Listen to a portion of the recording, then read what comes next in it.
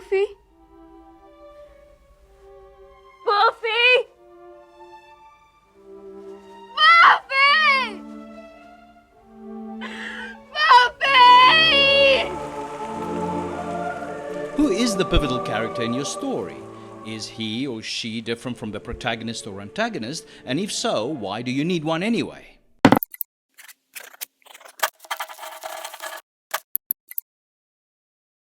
Hello and welcome to Get Writing. I'm Dr. Stavros Halvatsis.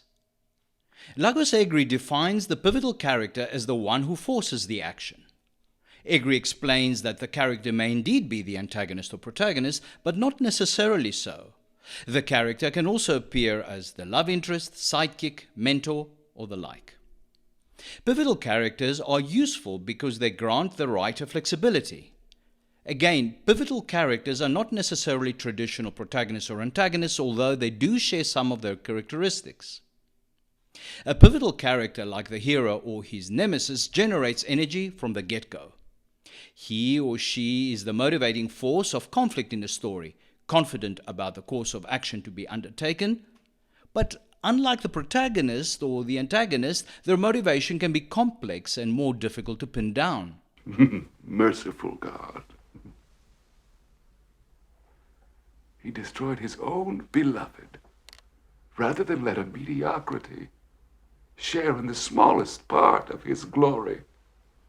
Amadeus' Salieri may be viewed as a pivotal character. He presents himself as a friend to Mozart, but is really driven by jealousy of the younger man's unmatched talent and the scarcity of his own. He blames God for granting the uncouth Mozart such genius. His motivation for working to break Mozart physically and emotionally seems to be to punish God for his misallocation of such superlative talent by killing one of God's favorites. But how plausible is Salieri's behavior, ostensibly a cultured and devoted Catholic court musician who is in awe of heavenly talent?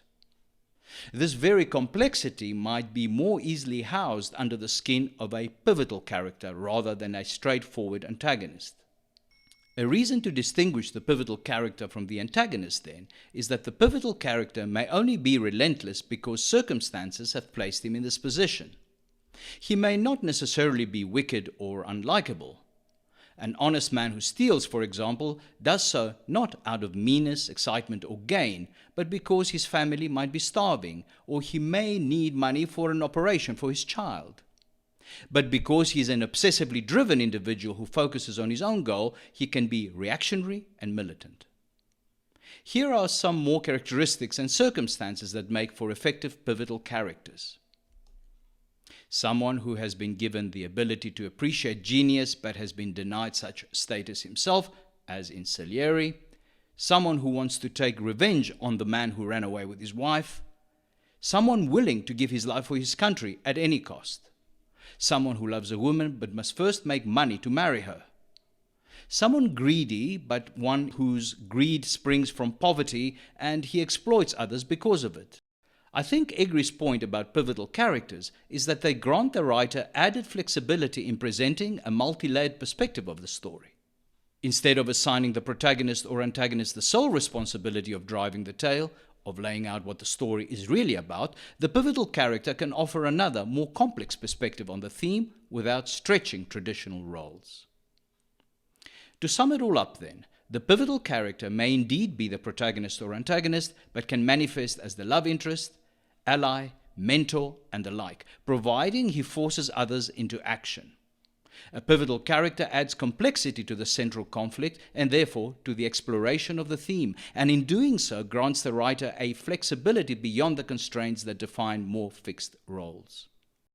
Well, that's it for now. If you enjoyed this video, smash that like and subscribe button and drop me a comment to share your thoughts and to help the channel grow.